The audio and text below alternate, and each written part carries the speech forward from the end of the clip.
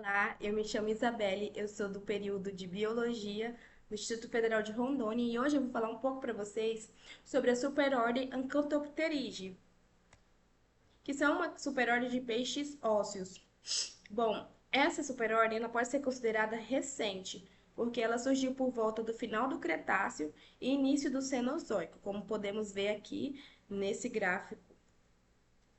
E ela é uma superordem muito abrangente, pois ela possui 13 ordens, 267 famílias, 2.422 gêneros e 14.797 espécies. E 24% dessas espécies são limitadas à água doce. Como eu já acabei de dizer, elas são muito abrangentes.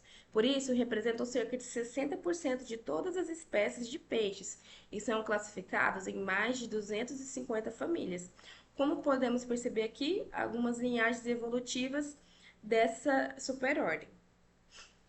Bom, e a sua classificação científica, né? Aqui eu escolhi um exemplo, que é o Nemantias baerotorum, que é um peixe de origem por volta da Ásia. E ele está classificado no reino Animalia, no filho Chordata, na classe Actinopterygii, na ordem Perciformes, na superordem Ancantopterygii, a família Atiatidae, o gênero Nemantias. E quais são as principais características dessa superordem? Bom, como seu próprio nome já diz, acanta significa espinho e pteryx nadadeira. Logo, significa nadadeiras com espinhos.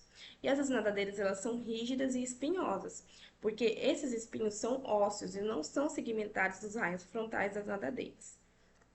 Como aqui nós temos um exemplo do Acarictis requeli, que é conhecido como cará, carapapá terra.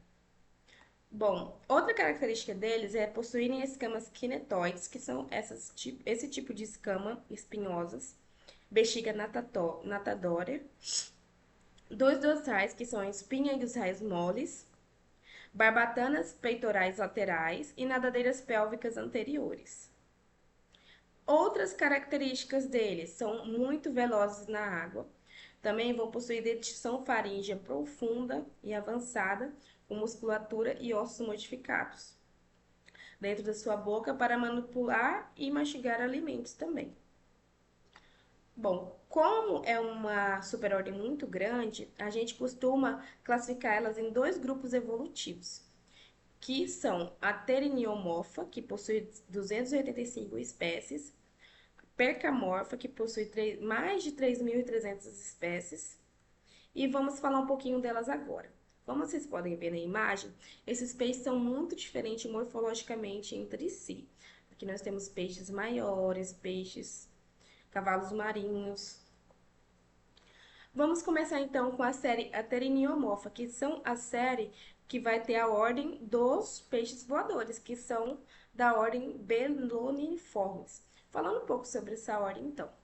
Eles possuem a cauda heterocercal reversa, um corpo rígido para apoiar-se enquanto voa e as suas barbatanas peitorais recurvadas, como as asas de pássaros, para sustentar alguns voos. Lembre-se que esses voos não são grandes, não são como de pássaros, certo?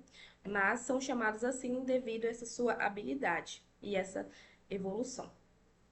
As suas barbatanas peitorais são recurvadas como as asas de pássaros, como já disse. Falando um pouco então da ordem Anterinoformes, que vai ter a sua principal característica é ter a boca ligeiramente superior, para que eles se alimentem de plâncton e são geralmente orientados para a superfície, para irem à superfície atrás desse plâncton. Outra ordem que é muito interessante é a Cyprinodontiforme, que é essa ordem desses peixinhos azuis, muito fofinhos, inclusive. As fêmeas engravidam e dão à luz aos seus peixes completamente formados. É algo muito interessante dentro dessa ordem. Além dessa característica, eles vão ter a boca prognata, que significa a sua mandíbula é maior do que o seu maxilar superior. E essa ordem vai possuir cerca de 10 famílias e inúmeras espécies, ovíparas, ovivíparas e vivíparas. E também tem a nadadeiras dorsais de base pequena, situada aproximadamente no meio do seu corpo. Os machos com genopódio e também localizada aproximadamente abaixo da sua nadadeira dorsal.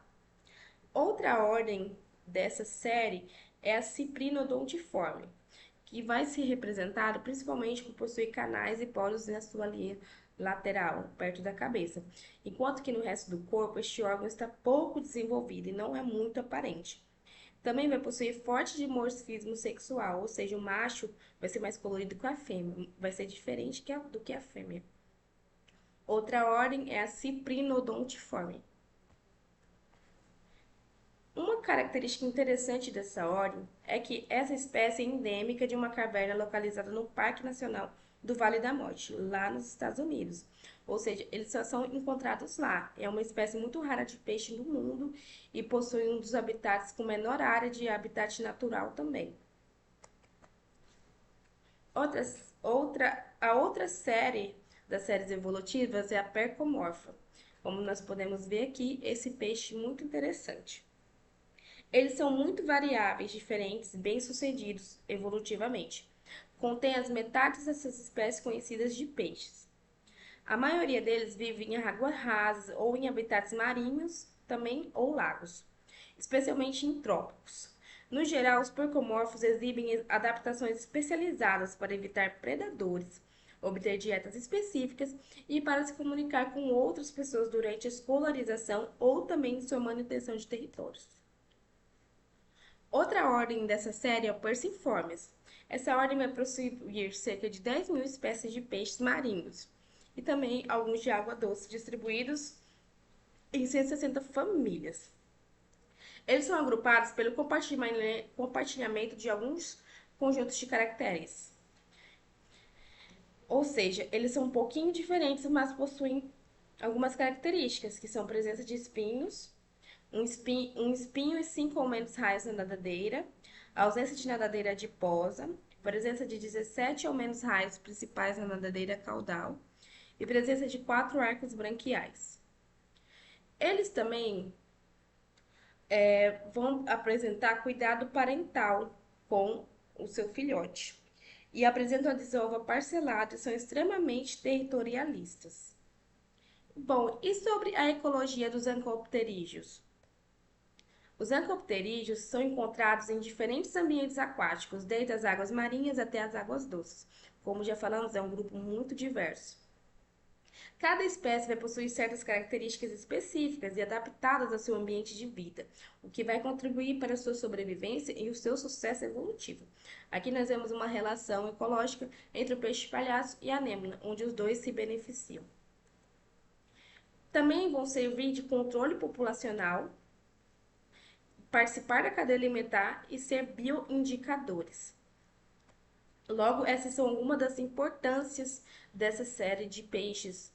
Os ancapterídeos também são alvos de estudos e pesquisas científicas que buscam compreender melhor a sua diversidade, ecologia e evolução, para que se tenha estudos mais aprofundados, mais geneticistas, evolutivos, para se compreender tudo sobre essa série. Essas pesquisas vão contribuir para o avanço do conhecimento científico e para a conservação também dessas espécies de peixes. Além disso, também são utilizados como modelos em estudos de biologia e fisiologia, devido às suas características únicas e adaptadas ao ambiente aquático. Logo, podemos perceber que há a importância de todas as espécies e por que elas devem ser preservadas. E é isso, eu espero que vocês tenham gostado. Tchau, tchau!